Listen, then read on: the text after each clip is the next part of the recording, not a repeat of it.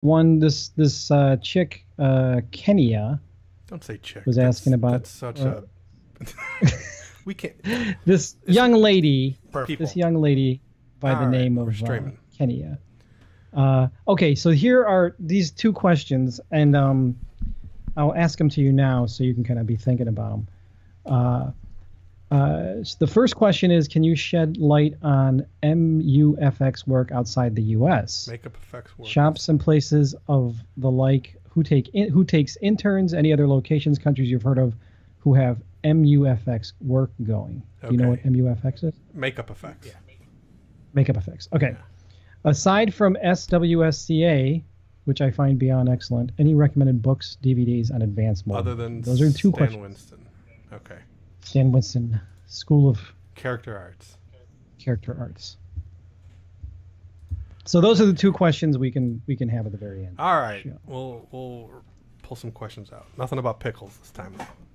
No questions about you've pickles? answered enough pickle questions for now. Oh, man. And those, There was a Pete, lot of those Twitter are feeds on pickles. I have a. Do you want some pickles? I got No, pickles. I saw how many showed up. Yeah, they're great.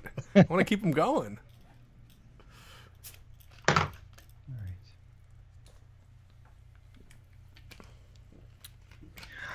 All right. Are we streaming right now? Yeah, streaming's going.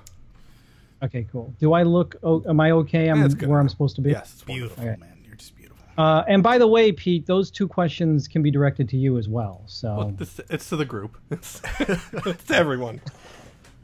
not just to Frank. Right. Yeah. No. All right. I'm ready when you All are. right, let me hit record. All right. All right. In 3, 2, 1.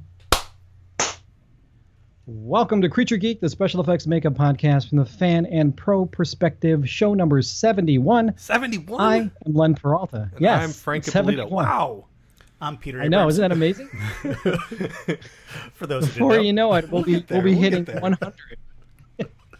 100 is on the way. Yes. What are we going to do for Today is 100? I think we should just invite everybody that's been on the show over here, and we'll get a big round table going at the shop Big party. and drink. Perfect. We'll have a big drunken cast. Be awesome. I love it. I love it. So give Petey here an intro. Yes.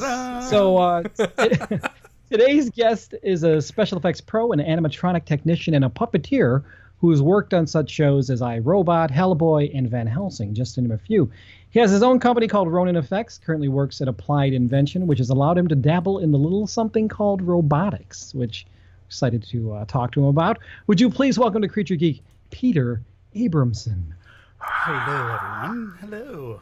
Hello. Pete is also one of the dudes that had a lot to do with BattleBots. Yes. Yeah. Robot combat for many years, going all the way back to Robot Wars in the USA and San Francisco back in '94, through all the years of BattleBots to finally stop building, and now I was a producer on the last 2 seasons of the ABC show. Which was rad. So- I almost got to play on that. We wanted you. I pushed heavy. Oh, I know. No, It Greg was pushing. Everybody was pushing, but It just didn't fit your schedule or anything. I'm sorry about that. one We one wanted of your these design. days, I will share with the world our crazy designs. Yes, those would be awesome. Those were awesome. So my question, what happened to BattleBots? I saw that it's now moving over to what, is it Science Channel now? So or? right now, the Science Channel is re-airing season 1 and 2. Season 3 is still undetermined as of yet. ABC still has not made a choice on whether or not they're going to pick us up again or not. Okay. So we're still waiting. You know, I didn't. It's that wonderful wait I was game. watching the second season, and I was totally into it. And then all of a sudden, like my DVR didn't pick it up anymore. And then I'm like, where is this show? I couldn't get it on demand, so I never knew how the season ended. Oh my god. Did the same guy win? Oh my god. You don't know how it ended? No, I didn't. Like, I don't know finish how it watching ended. I've been looking for it. Look, I was trying to find it on Laura Hulu. Palmer everywhere. came back to life, and Man, have you been watching that? yeah, we can get into that. That's pretty Holy fucking crazy. hell. Some great filmmaking, but pretty crazy. Last night's episode. So for all of you guys who are hearing this, would have been like 2 weeks ago now. Of what's it called? I haven't Twin watched Peaks. the Twin last Peaks. the last Sunday night. Oh, you didn't watch Sunday nights? I've heard it was crazy, but I It's- haven't seen it. I mean, there's nothing that you kind of can't expect out of Lynch at this point. You're just like, well, all right, what other weird thing is he going to do? And I was just like, what? I don't even like. Okay, I have not drank the Kool-Aid. I don't think that this is like God's gift to television or Lynch's God's gift. I don't get it, and I keep watching it, hoping that some point this will click. I just keep. I'm like, okay, it's gonna. I don't think it's ever meant to click. Not like for everyone. I don't think Lynch is ever attempting to make you click on everything. See, I can't watch. No, I don't want to say I can't. I don't get weird for the sake of weird most of the time, and like there's stuff in there that's really interesting, like interesting filmmaking wise. But half of the time I watch and I go, "What fucking film school dropout decided to linger on this shot for way goddamn too long?" You mean a guy sweeping the floor? Yeah, Jesus Christ! But see. Yeah, okay. Oh, that's Lynch. And so it's not the film school students, it's the film school students copying Lynch or whatever the I don't No, I was going to go back to think of how long that took to build. Like you sat there and watch it and you go, what the hell is going on? Why are we waiting on this for so long? I was let down that he didn't finish cleaning the floor. I wanted to see the end. Way before then. He didn't finish. He didn't finish. No. Did you watch the old show? Were you ever a fan of the original Twin Peaks? I was. I tried to watch. Yeah. I've tried watching a bunch of Lynch's stuff in the past, and I just don't get it. Somebody explained it to me once. Actually, our friend Jordan, who hooked us up with this little audio Scarlet thing, his friend Chrissy explained it to me. She said that the conversation that's going on in these films is what Lynch pictures people's conversations as. Like he's on this other plane of existence, and when he watches people interact, this is how he observes them to be. And when she said that, I was like, oh, that makes sense. Like he thinks that we're all idiots. And so I'm watching this stuff and I'm like, oh, all right. So this is like we're the all dumb crazy. this is the dumb conversations he thinks that normal people have and the way that they carry on with their life. And then he just interjects all his I don't even know. The other thing, I guess that that is interesting. Yeah. Yeah, and the other thing that I was thinking is there was this one time I was working on a documentary about Bob Burns, and we had what's his name, John Landis there, and John Landis was we were just chatting about making a thriller, and he goes, "Oh, you mean making a filler?" I was like, "What?" He goes, "Making a filler. The way we could finance making this music video was to also package it with a 45-minute making of video." And so that's how they financed that big project was. And so he just needed to film, he just needed to have like a 45 or an hour long making of video. And so they would just fill it with concert footage and whatever. So he called it making a filler. Yeah, and so I'm watching this and I'm going, maybe Lynch doesn't know what the fuck he wants to, like, he's got 20 minutes of a story in there. So he just fills it up with like, musical performance and a guy sweeping the floor and whatever other wacky things. He's like, nah, we just need to add another 20 minutes of horse shit. And and watch everybody gobble it up. I don't know. Maybe I don't fucking get it. Maybe I'm just so like I don't get it either. I'm just not on the right. Or maybe somebody out there, please explain it to me. In a concise fashion. I think he's trying to go for. Do you think he's just fucking with us? Well, I think so. For one thing, I think he's fucking with us. That was the whole point of like the Easter Bunny, and the Easter candy egg, the chocolate egg. There was no chocolate egg in that whole like giant array of evidence laid on the table. Yeah, it was basically like, no, there actually is a das holes. Guess what? You don't get to have there's some special secret thing with the Indian. No, it was just a nickel-headed coin. That was it. Like, it was no big deal. I think he tweaks the knobs a bit. He kind of gets just to get people yapping about it. Exactly. But you also got to take like the shots that are super long time thing elements that you sort of keep going, what the fuck's going to happen? Something's going to happen. That goes all the way back to like Hitchcock with North by Northwest with him, Cary Grant standing on the side of the road. Yeah, but those built tension. Those built tension. Yes, those drove to something. Those drove story elements. Dave's building tension, but then doesn't do anything with it.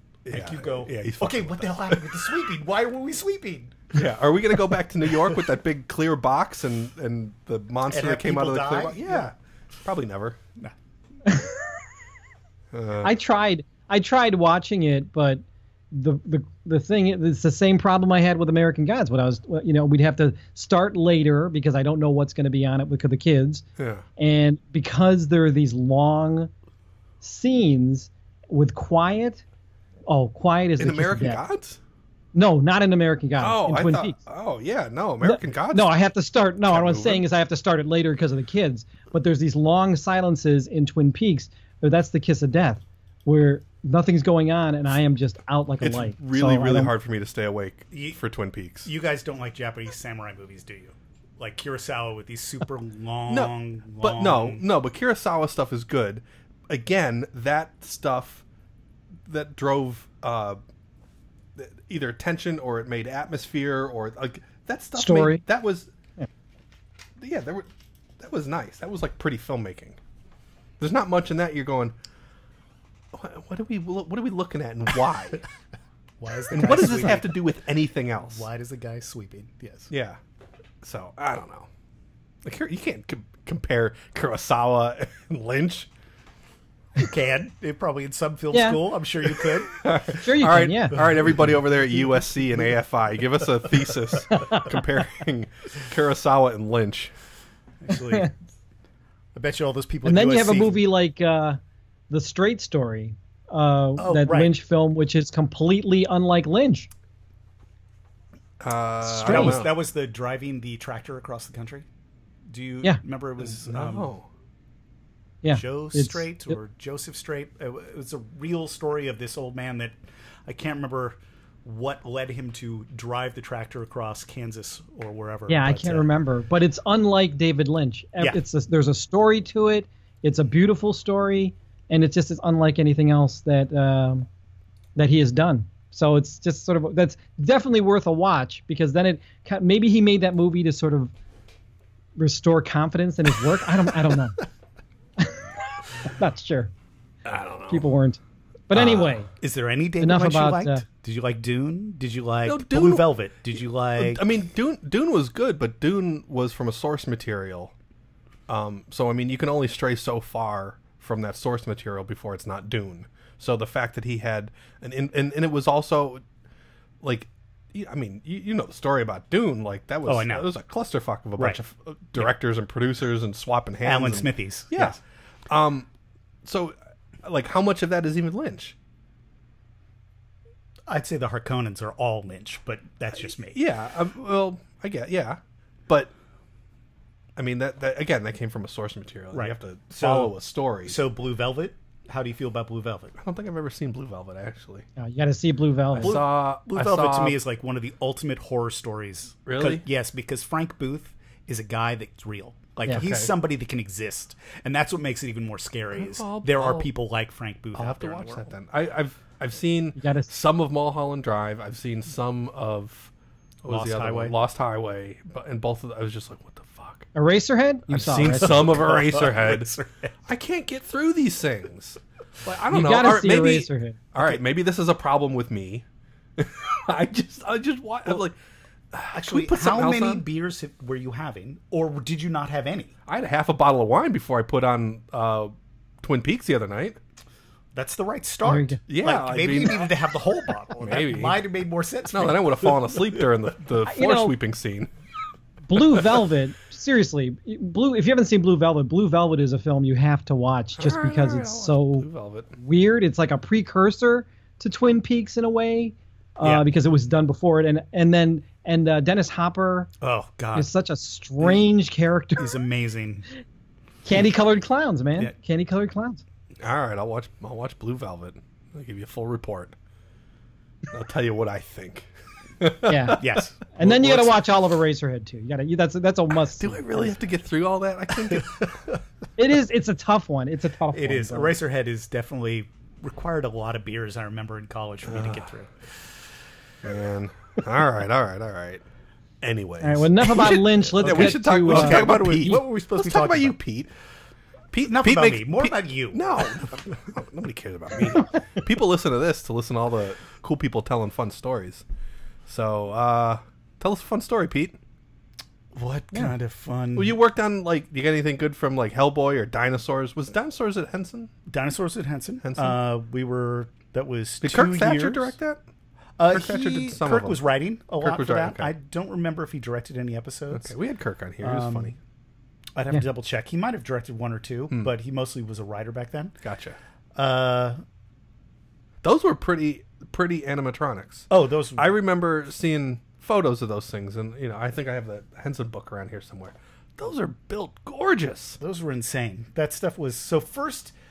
Season 1 was built in London with the Creature Shop built no sort of care for long durability. It was was that Scanlan's crew back then when Scanlan was at Henson? Scanlan was there, but he was much further down the chain. There was somebody else who was the head of the mechanics at the time, I think. And they were built for a film, basically, not for a television show. So their durability on set, they started to degrade pretty quick. And I came in just after the first 8 shows, I think, was sort of into the half of season 1. Mm-hmm.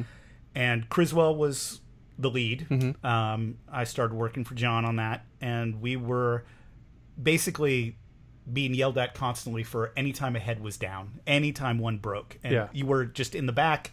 You would have 2 heads, so you could pull one, put the other one on, and then run to the back and start swapping servos as fast as you could. Was it burning out servos? Is that completely all the time? Now, is that something that newer servos have solved the problem of? Is it just they've gotten much better?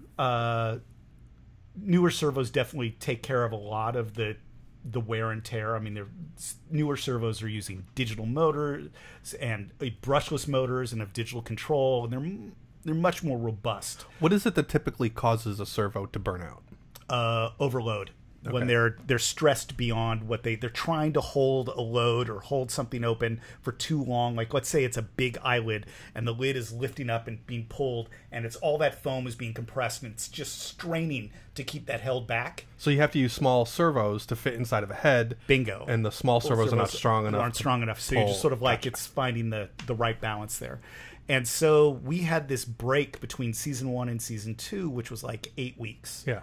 And we went back into the shop down there at CBS MTM, which was in the basement below Jerry Seinfeld for the studio, and rebuilt everything we could.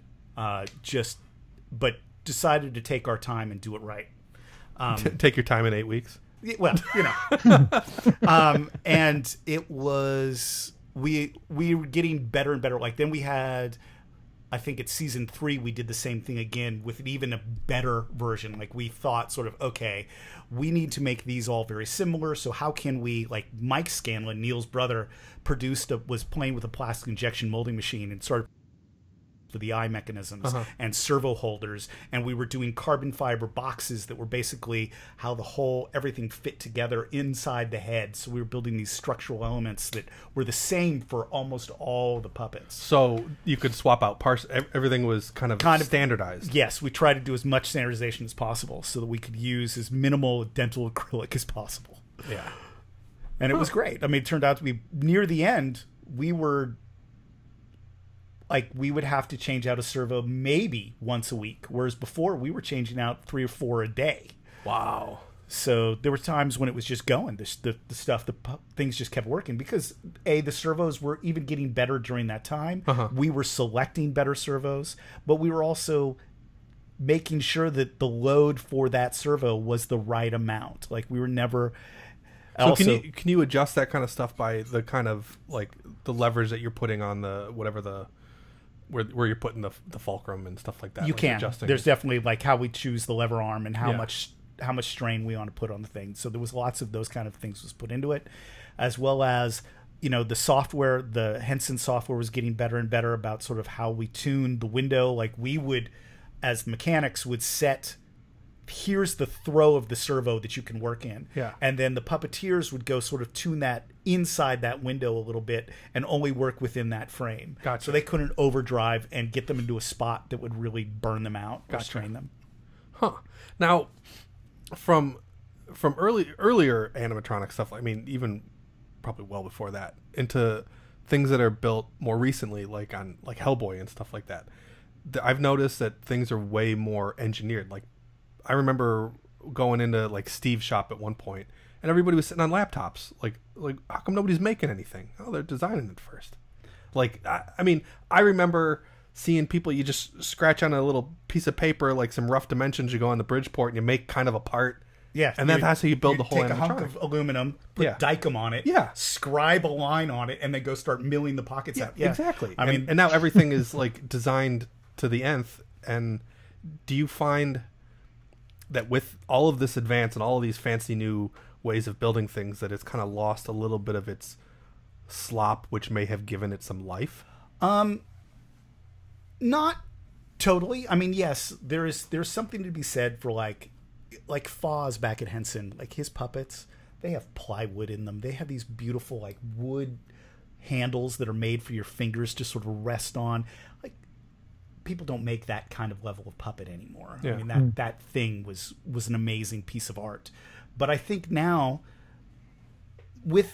I don't see a loss of the art with the new mechanisms. I mean, I see the new mechanisms as just being more robust. Everything is sort of now doesn't survive 2 takes; it survives the full movie. Gotcha. You know? So it's not just over engineering. There's actually and the other great thing is we now have access to water jet. We have access to laser cutters, CNC, 3D printing, like all these things we didn't have access back in the day, and it just makes it less time that we spend on the machine now because we have the machine just do it for us. Gotcha. And it becomes much quicker. Some of the things I'm currently working on is for Kevin McTurk. He's working on a new puppet film. Yeah. And I've just done a bunch of arm linkages for a samurai with a little sword.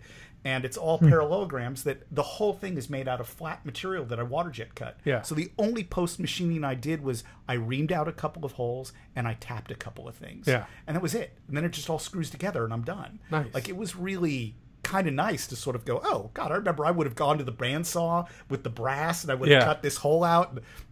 It makes life so much better. And then these become repeatable. Yeah. So actually, Kevin had he texted me today and he said, "Hey, I'm gonna be launching a Kickstarter in September, so Kevin's gonna come on here and we're gonna talk about his good. I should send over some of the puppet stuff with him and he can show them on screen. Wow. Yeah, we'll be talking to him in September. I think he said he's hoping to launch in September. It's been good for me because since I've mostly been out of the effects business kind of for a while, mostly doing robotics.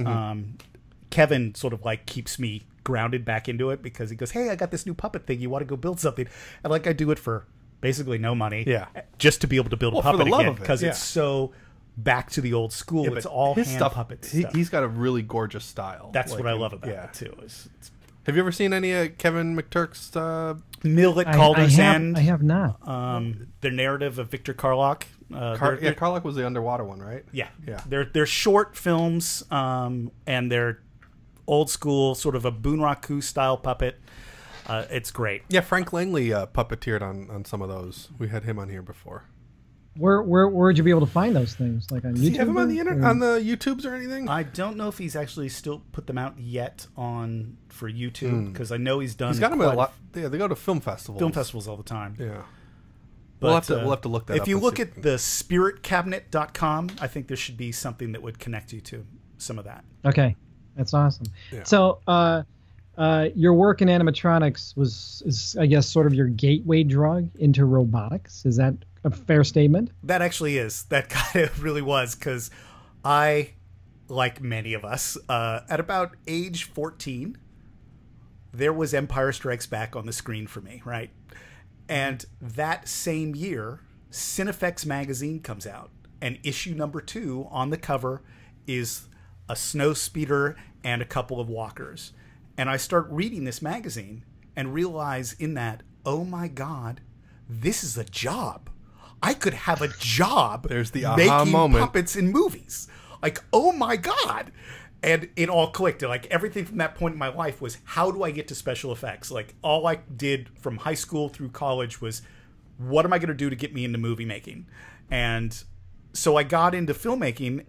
And while I was doing that, I was also playing with some RC cars. And my good friend Mark Satrakian and I were doing some nasty monster trucks that we were going to shoot missiles at each other with and little flamethrowers. And one does. Of course. And his friend from ILM, Mark Thorpe, says, hey, I'm going to do this cool thing called Robot Wars. Do you want to participate? And this was back in '94. And so that was it. It was a logical progression to go from special effects right into building robots that beat the shit out of each other. Did you work how hard was it to make that transition? Were you able to bring a lot of your knowledge, or was it like a totally different sort of skill set? For me, it really wasn't that different. Because I'm not always this kind of puppet, you know. Like the hand puppet. I Muppet. Mostly it was a lot of RC kind of puppetry. That was the stuff I was already building. So servos and motors and speed controls and understanding these things was not far from me. And I was already dealing a lot with RC cars, that to transition into a robot wasn't that big of a deal. Did you have anything to do with that? What was that show that was like Rock'em Sock'em Robots that's tracking? No, I did some help early on in the preliminary to get the show sold. What was that show called?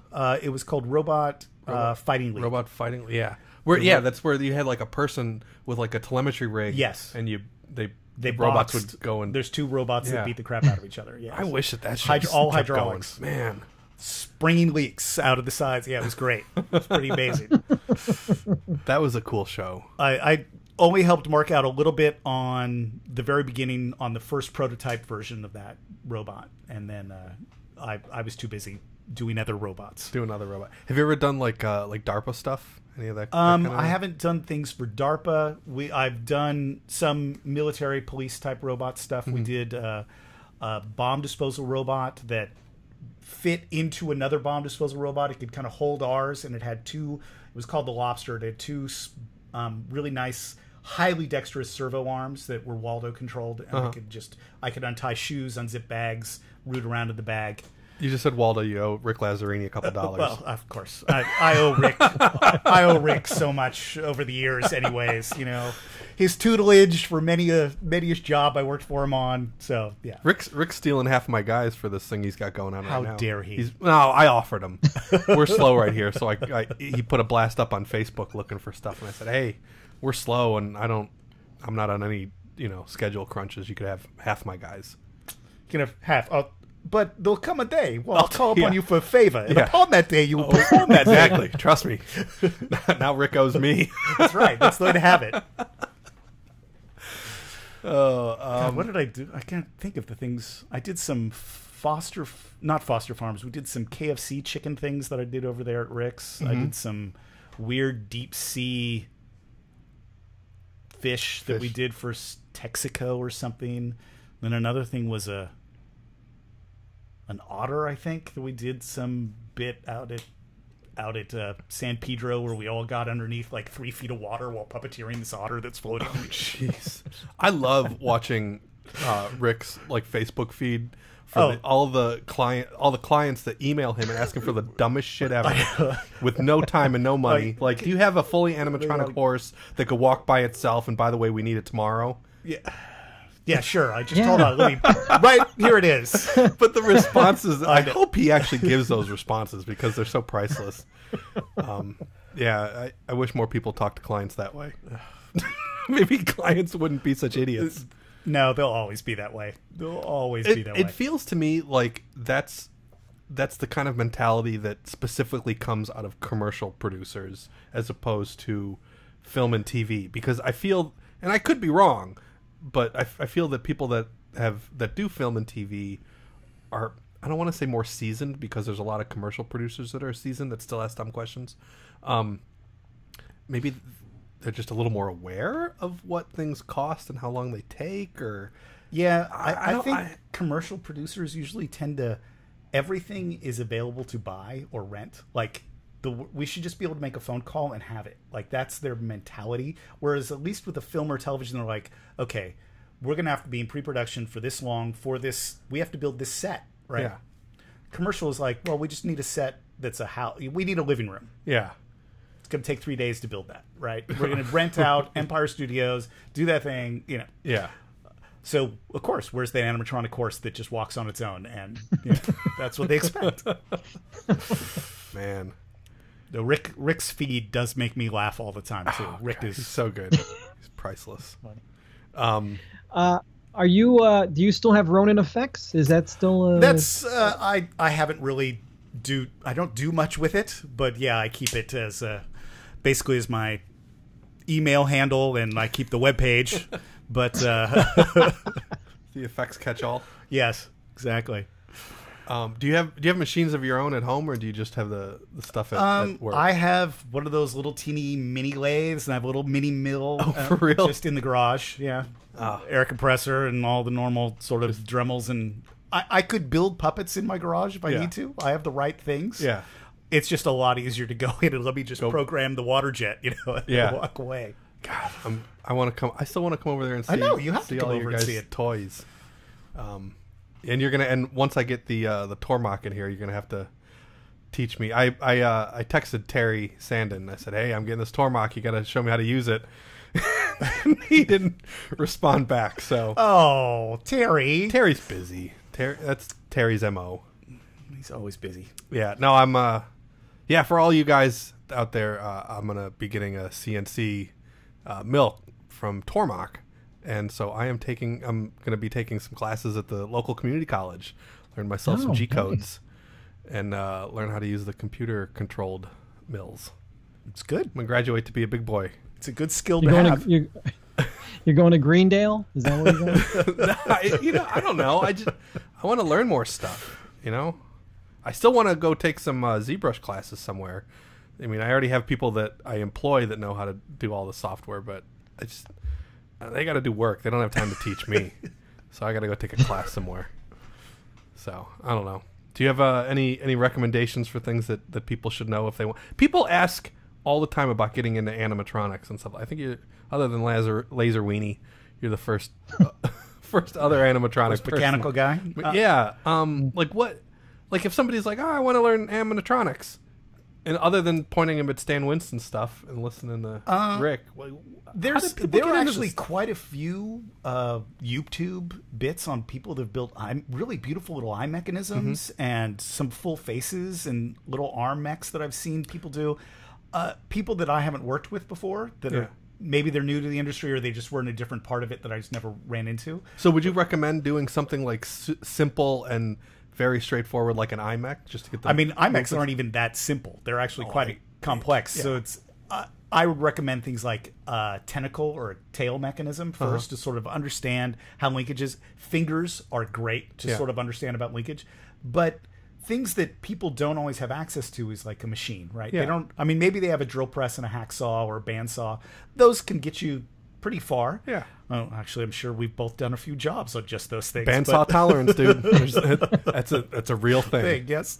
But one of the great things is Lego. Lego is great for just sort of breadboarding and solving how a linkage works, little how a mechanism and stuff like that. A lot of technique stuff. Yeah, that's right. Pete is also a Lego fanatic. Yes, I'm definitely a Lego person. Is it Brickhead? Is that what you guys are called?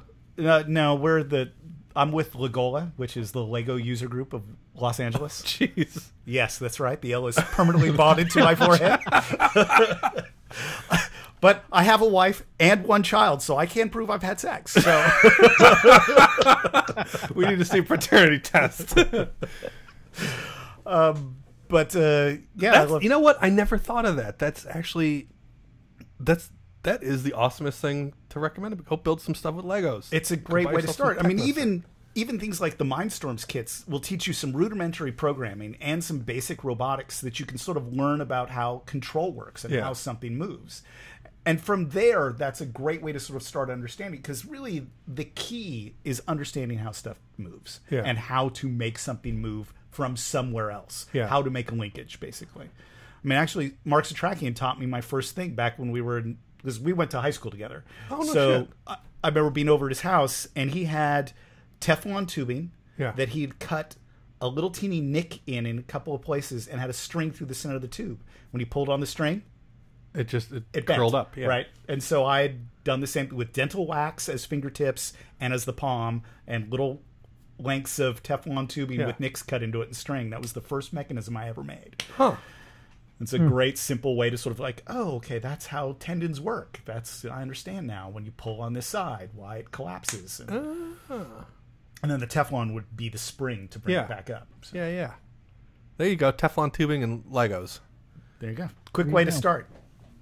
There you go. All right, podcast is over. You know a guy named Guy Himber? Yeah, of course I know Guy. I know Guy.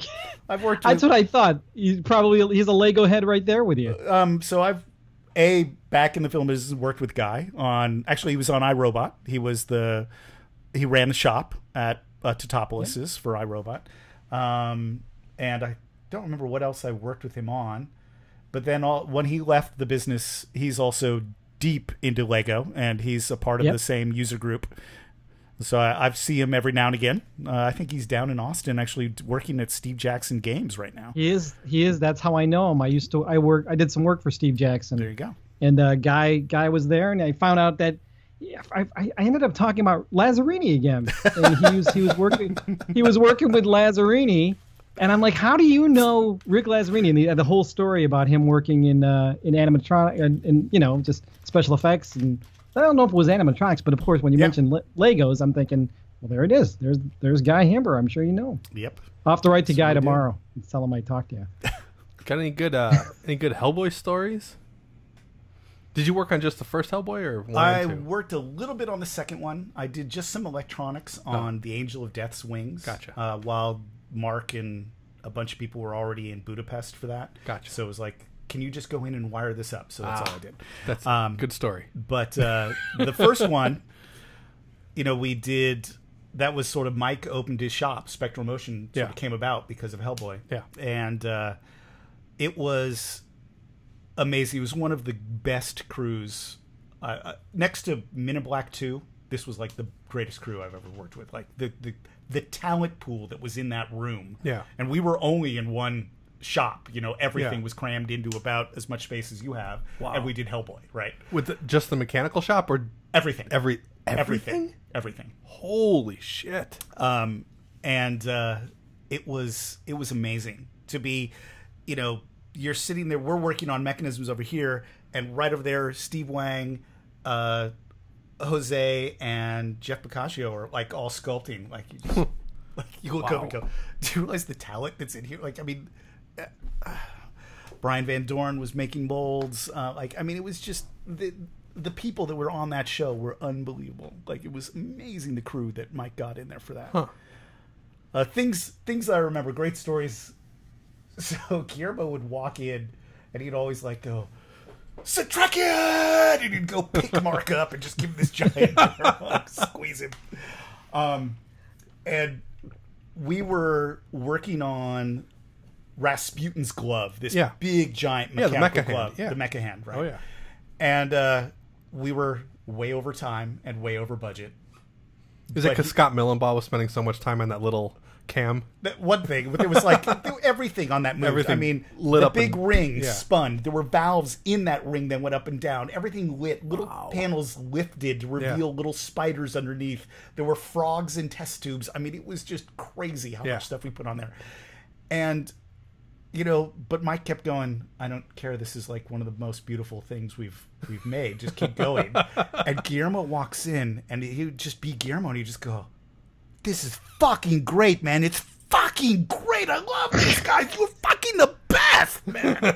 You are the best. I fucking love this. He's so passionate. It was really, it was great to sort of see what I really loved about what Guillermo did was that thing got a starring role. I mean, it wasn't like, oh, hey, I did this effect. Did you see that thing in the dark that was blurry for 3 frames? Yeah, that was the puppet. Right? No, Guillermo, here it is. Do you see this hand? I want to make sure everybody sees this thing that I had everybody build and spend time on. Yeah. Same with Doug Jones in full Abe suit. He wanted things to stay on the screen, not be a flitting element. But they stayed on screen with purpose. They weren't. Yeah, exactly. It wasn't like show off this thing I spent a bunch of money on. No, it all was. It drove character. It drove story. It drove. It drove. Well, it was Guillermo. Just the feel for the film. So I didn't go to Prague for that. I was on Van Helsing for second unit and went to Prague. I get there. I'm Brian Wade and I were there. Brian's living there, right? Yeah, we had Brian on here before. And we go to set, and we're prepping. It was all for second unit. It was for the Frankenstein suit. So it was all these mechanisms on that. And I was sort of supposed to be there to puppet that and help make sure it worked well for the stunt performers. And we get in there, and we get everything ready, and we get our little shop space all done, and we're like, okay, we're ready to go roll and shoot. And they're like, why don't you guys, why don't you come back next week? I'm like, well, what do you want us to do? Like, I mean, do you want us to be here on set? Like, what? I mean, if you're not going to get to our thing to shoot for a week, what do you want to do? Go see Prague. Okay, so they basically just gave me money and let me run off. And so I went over to the Hellboy shop because they were shooting at the same time and went and helped out, like, just because I was there and hung out with Mark and Mike and, of course, got drunk with them. And, of course. That's good stuff. I hope there's been all these rumblings of another Hellboy. I hope that happens. There's a lot of talk rumors about kicking around. Mike Mignola Guillermo's not going to be involved. Oh, Ron Perlman is not doing it. Yeah, it's the guy from Stranger Things. Yes, the cop, the cop guy. What's that guy's name? That guy. The Stranger Things guy. So we'll see how that goes. But yeah, we'll see. I don't know. All right. Well, what else? What else we got? Anything else, Len? Any questions from the audience? I was going to find out a little more about BattleBots. Just what just how did that season end? By the way, I don't think we ever resolved that. Gotta go watch it, man. So one big robot ran into the other robot, and that robot won. Okay, gotcha. Actually, who won this time was Ray Billings with Tombstone. He won last one. No, he didn't. Bite Force won the first year. So Tombstone won this year. And it was a big, very satisfying victory for Ray as he trashed. Now, Tombstone is that the one that's like a huge helicopter blade? Yes, big spinning helicopter style blade. Just destroyed everything it came in contact with. That would be Tombstone. I thought that was the one that looked like a lawnmower. Well, it's kind of like a lawnmower with the blade not sheathed in armor. It's but he won exposed. The first season. No, Bite Force won the first season. Really? Yeah. Paul Viamonte. All right. How you would know better than me. I thought it was a on that show. How worried are you that anything's going to break through that protective glass? So that the Lexan, that is bulletproof design. That is a grand total of 3/4 of an inch thick. It can take a shot from a 9mm and stop the round. It is meant to keep those bots inside. We've yet to have something break through with the setup that exists now. I mean, older arenas have had some issues with some things have gotten out. Yeah, didn't Jamie's robot send something flying outside of the arena? No, it wasn't Jamie Heinemann's. No. Well, Jamie, if you go back to the Robot Wars stuff, there was stuff that was everybody was too fearful because there was no walls. I mean, there was nothing. No box, basically. Jamie basically defined why we needed a box is because he created a robot that was so deadly. Yeah. I'll leave it to Heinemann. Of course. What else we got? Anything else? I don't know. Hey, we're going to be, or at least Pete is for sure going to be at Dragon Con. It's still, I still have not heard back from Dragon Con on whether or not I'm going. You're planning on going, right, Len? Trying to do it. We're still working on the details there, but it's been a little bit slow going on my end as well. So with any luck, we will be there in September, and we'll be doing a live show. So that's something to look forward to. Pete's going to have a panel, which if I'm there, I'll be on his panel there. We'll talk about practical effects in conjunction with digital effects. Yeah, I mean, not discounting practical effects in the time of CG. How can we merge the two better? Yeah. Which obviously, as Frank said earlier in the conversation, which was, pre-production, actually thinking about what you're going to shoot means you could use practical effects because you could build the effect ahead of time. But not knowing what you're going to do tends to lead to people saying, we'll just fix it in post. We'll figure it out in post. Yeah. Is this going to be your first Dragon Con? Have you been to Dragon Con? No, before? I've been to Dragon Con a couple times. I've usually gone and spoken mostly about robotics. This time I'll be talking about robots in one of my panels, practical effects in another panel, and then I'm going to do a how to build a tentacle tail mechanism. Ooh, there you go. If you want to learn some animatronics. Animatronics. Animatronics. Blambleatronics. Then you can go watch Pete here teach you how to make things move. Will you be using any Lego? Actually, no. I think I'm going to use some laser cut pieces, though. We should do... Is there a Lego track at Dragon Con? Or if not, there should be. Yeah, I don't think there should be Lego Animatronics 101. There you go. Let's get that that'd going. Be awesome. Yeah. Hey, next BrickCon, or is that the one in Pasadena, BrickCon? Bricks LA. Bricks LA. Should do animatronics with Lego. Animatronics with Lego. Yeah. There you go. Animatronics 101 with Lego. I don't know. Just saying.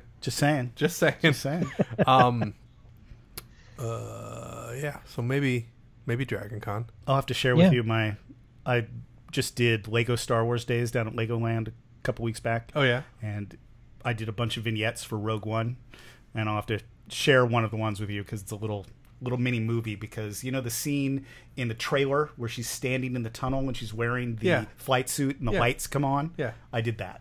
Oh, in Lego. Oh, nice. That's cool. Little minifig super thing. cool. So I'll share it with you at some point. Can we attach something like that with this? I don't know. We don't do that much. I think we can do links on the podcast. Yeah, we can post a picture or something. Okay. Or, we could post a link in the comments or whatever. You know, one time I had a friend that had a lot of money and a lot of time on his hands, and we started building a Lego White House to the same scale as the Lego White House that's down at Legoland. Yeah. So it's about 8 feet long and 6 feet wide. Yeah. And I have most of it up on the shelves in the shop, like out in there on the pallet racks. How far did you get? We finished it. It's done. Yeah. And he had to move, and so it got taken apart and put into storage. And I've ended up with most of it. So one of these days I want to put the Lego White House back together, but I don't rebuild it. Yeah, I would put it on the long list of other projects I say that I want to do one of these days. We're gonna. I don't know. So the many things you have to do. Yeah. So if you ever feel crazy and you want to put together a Lego White House that's 8 feet long, sure, we got most of it. I don't know if the white brick is white anymore. How old was it? This was maybe 6 years ago. 7 years ago. It's not that old. It's still white. So. Yeah, they're probably fine. It's good enough. It's got a power washer. Kept it out of the light. Yeah, it's in boxes. Yeah, so, there you go. Yeah, it's not all screwed up. I don't know. What else? Anything else going on? Anything else exciting you want to talk about? Comic-Con's coming up. Comic-Con? Len's not going. Yeah. Len quit. I did not quit. So you're going. Yeah, I'm going down there with a project that we can't talk about yet, but I will be there with that, and I'll also be there with Tested. And no, I don't know what we're doing for Adam's Incognito. If he's even going to do anything. No, I'm sure he will. I am not privy to anything at the moment, but that doesn't mean I won't get a text message from him 2 nights before. Hey, he's not that bad. No. He'll give me a heads up, but I mean, he may have stuff already figured out. So yeah, I'll be there. We will be wandering around, hunting for parties and drinking. Guy Himber just says that you are a fine lad for a Lego maniac. Fine lad. I like that. He's very gentlemanly, very, very upscale. That Guy Himber. We had a couple questions from the website. You know, a lot of these questions come in at creature-geek.com, and I see them, and then I forget when we're doing the show to ask them. So I had 2 questions. I think these are for Frank, but we're opening them up to our guest as well, Pete. They're for the guest. The first one is, can you guys... these are from Kenya, who is a Kenya, fine the country? young lass. Kenya... I think that's how you pronounce her name. Kenia. Kenya.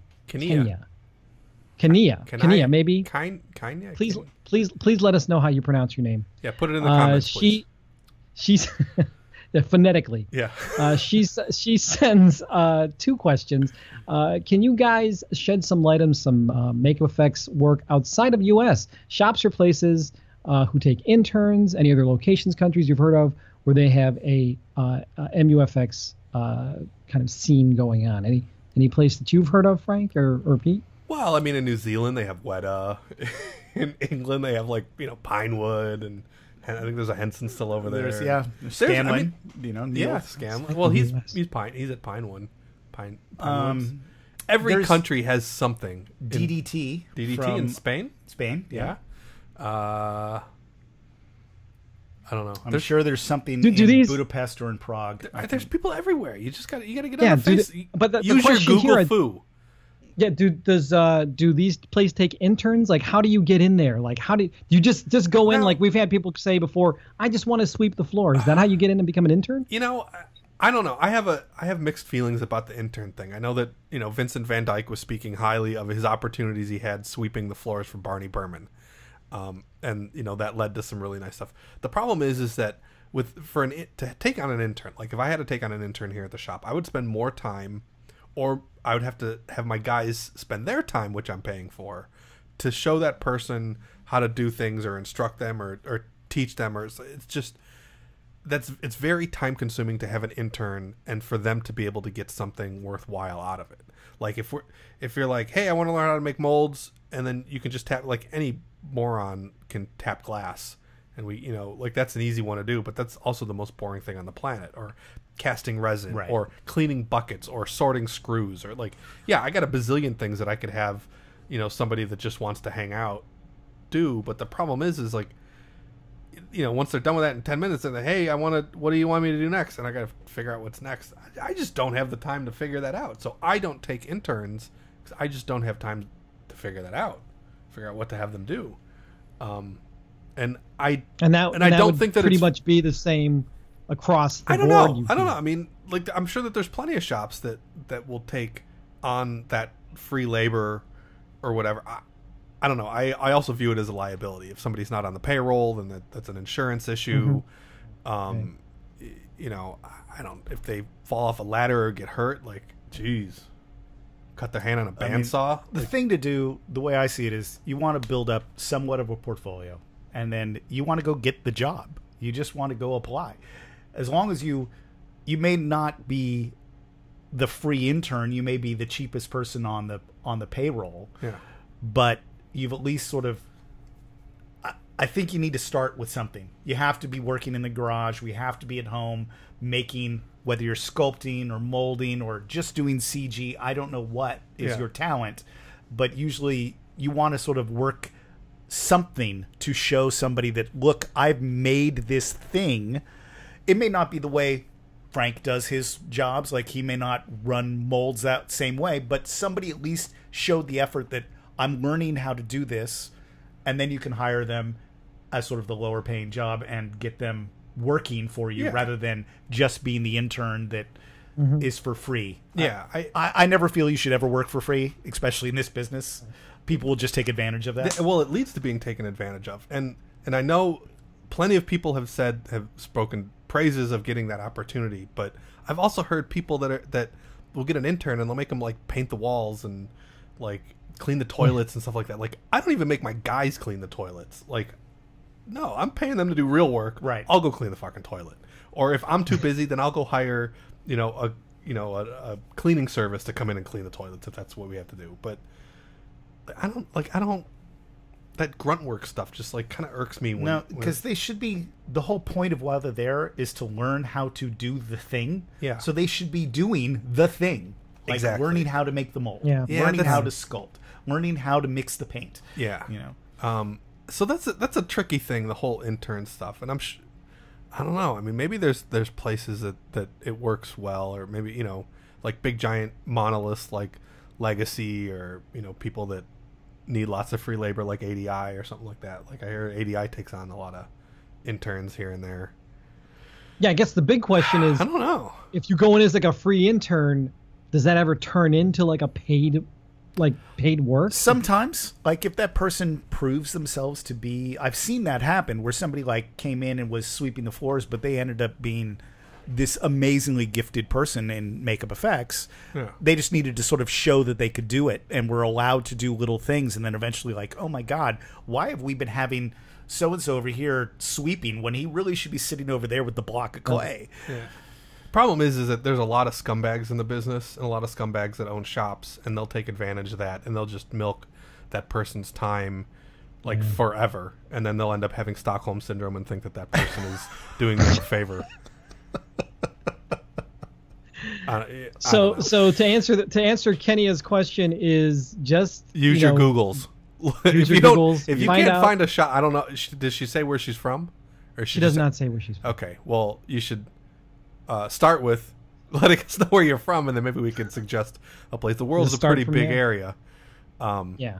But yeah, go on. There's so many Facebook groups from with different countries and stuff. I think Neil Gorton's got a couple of Facebook groups, and I guess you could probably reach out in there. And there's plenty. There must be. Yeah, use your internets. Come on, who are you people? Use the internet. Okay, well, she had a second part of her question. All right, what's the second part? Which was about mold making. Aside from Stan Winston, any recommended books, DVDs on advanced mold making? Anything that you know of that's out there that you would recommend? Advanced, nothing. I'm still working on mine, and the only reason it's not done is because I don't even have the bandwidth to finish cleaning my office. So to answer that question there's nothing. There will be once Frank gets his book out. Yeah, I mean, I'm sure that there's information out there. There must be more than just. I mean, there's got to be books and people with YouTube channels. Stuff. Not on good. What a intrinsic silicon mold or doing. There's not really anything I can other than the stuff that's on the Stan Winston videos. Or I mean, I learned how to do a matrix mold from the Rob Berman videos, those old VHS tape. We had Rob on a couple of weeks ago. Go get his VHS tape, and that'll explain the principles of making a matrix mold. Or my advice would be to reach out to someone like Rob Freitas. No, Rob doesn't have time to answer people how to make a matrix mold. No, I mean, no, just, just no. You don't reach out to Rob Freitas on how do I make a matrix mold. I mean, maybe he is, the angel that will sit there and try and explain that. But no, there's so many there's so many places you could find that information before. No, all in the books, in the back of Tom Savini's Grand Illusions 2, he goes over how to make a matrix mold for his Frankenstein sculpture. That is the second place. So the first place is Rob Berman's VHS tape. So get yourself a VCR. Go on eBay, find the VHS tapes. There you go. And then the other way is get the Tom Savini Grand Illusions 2, which I think they just put out an edition where they combined book 1 and 2. Ooh. That shows you how to make matrix molds. And mold making, it kind of doesn't matter what it is. It's all the same recombination of the same sort of principles. So if you could do these molds in stone, then you can do these molds in fiberglass, and if you want, or in epoxy or in polyester or whatever that is. And when you get into more advanced materials, all of that is in books. Like I have books on the shelf over there about doing, the first ones I got were on doing body work, like how do you fix a car with fiberglass, and then I eventually found books on composite construction, and you start reading about that stuff. So you just got to look up the books on the information you want to find, but it's all.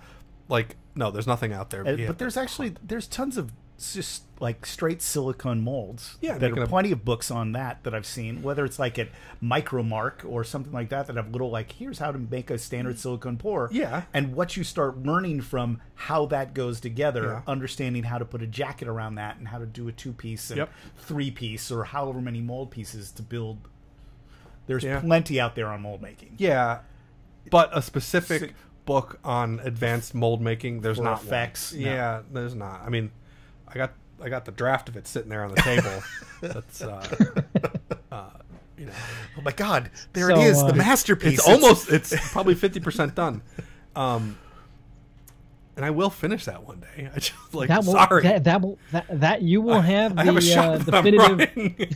It's hard enough to get the podcast That will be the definitive book on mold making, though. When it finally comes out, that'll be. There's 3 things that I'm doing. It's going to be a manifesto when he lives in a shack up in the woods, But that's beside the point. You know what? As soon as work dries up in this industry, and I'm not getting more work than I know what to do with, then I'll finish the books. How about that? There you go. So So when work. So you actually don't want him to finish. No, I'm gonna get him done. I have enough good guys in the shop now that I don't need to, watch over them. They all know what they're doing.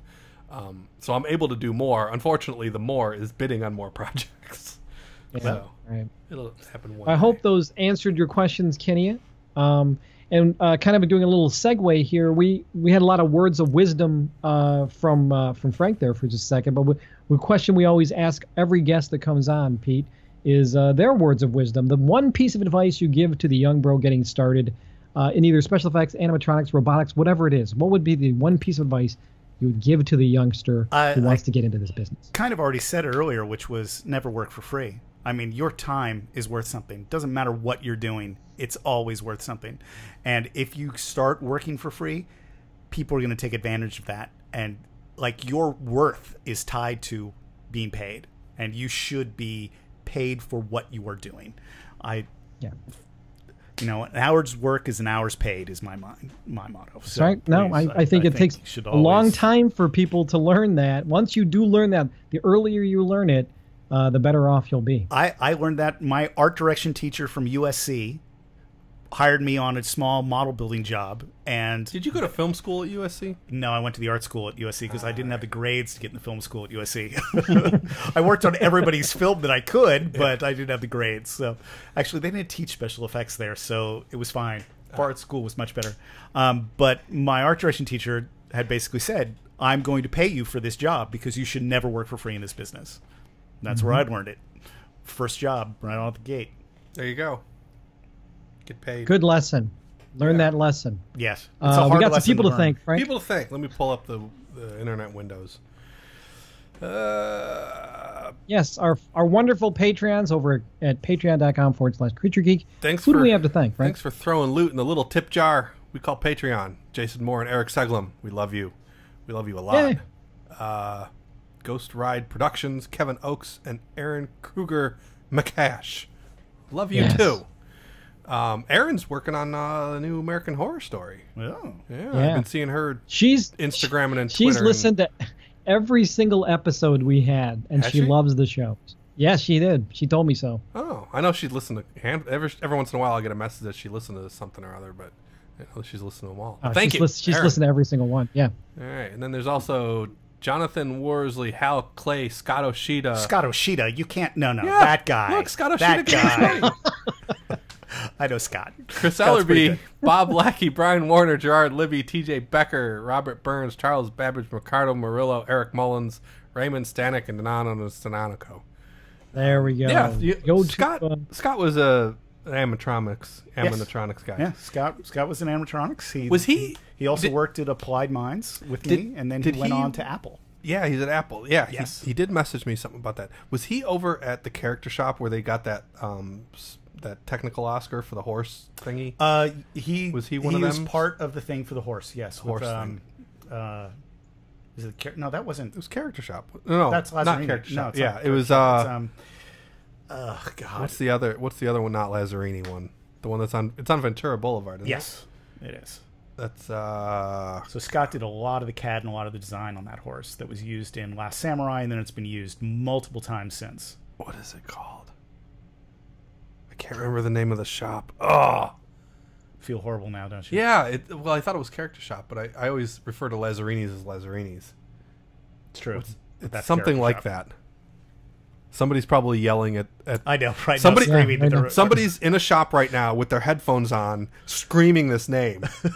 Email us or leave us a tested comment. Put the comment on tested to correct me for my me because I'm forgetting too. All right, I don't feel so bad now.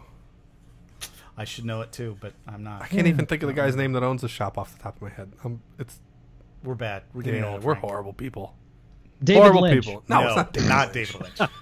I blame this on David Lynch. He's filled my head with so much horse shit the past couple nights. Where can people find you online? Are you on the Instagrams? Are you on the Twitters? Yes, I am at Ronin SFX. That's my Twitters and my Instagrams, the tweets and the grams. So right. Ronin SFX. RONIN Sam Frank X-Ray. Yes. There you go. And you can find Frank and I at frank@polito.com or lenperalta.com. We're also Frank Ippolito and Len Peralta on Twitter. Thanks a lot for tested.com for giving us a home. And go ahead, leave your messages for us over at Tested. Or if you'd rather, you can write us at Len at creature-geek.com or Frank at creature-geek.com, and he will not write you back. Nope. Of course, don't forget our Patreon. Thank you to all our Patreon users, patreon.com/CreatureGeek. And thank you so much, Pete, for being on the show. And thanks awesome. for having me. And also thanks, Sarah, for doing our social medias and Twitches and all the things that Sarah does. Thanks, Sarah. Thank you, Sarah. Sarah. Is awesome. I don't know who you are, Sarah, but thank you. She's rad. She's awesome. And thank you to job, everybody Sarah. who watched us on Twitch as well. So that's going to do it for this week's show. We will see you on the next episode of Creature Geek, episode number 73? 72. Jeez. Thanks, guys. Are getting old. All right. Have a good week, everybody. Take care.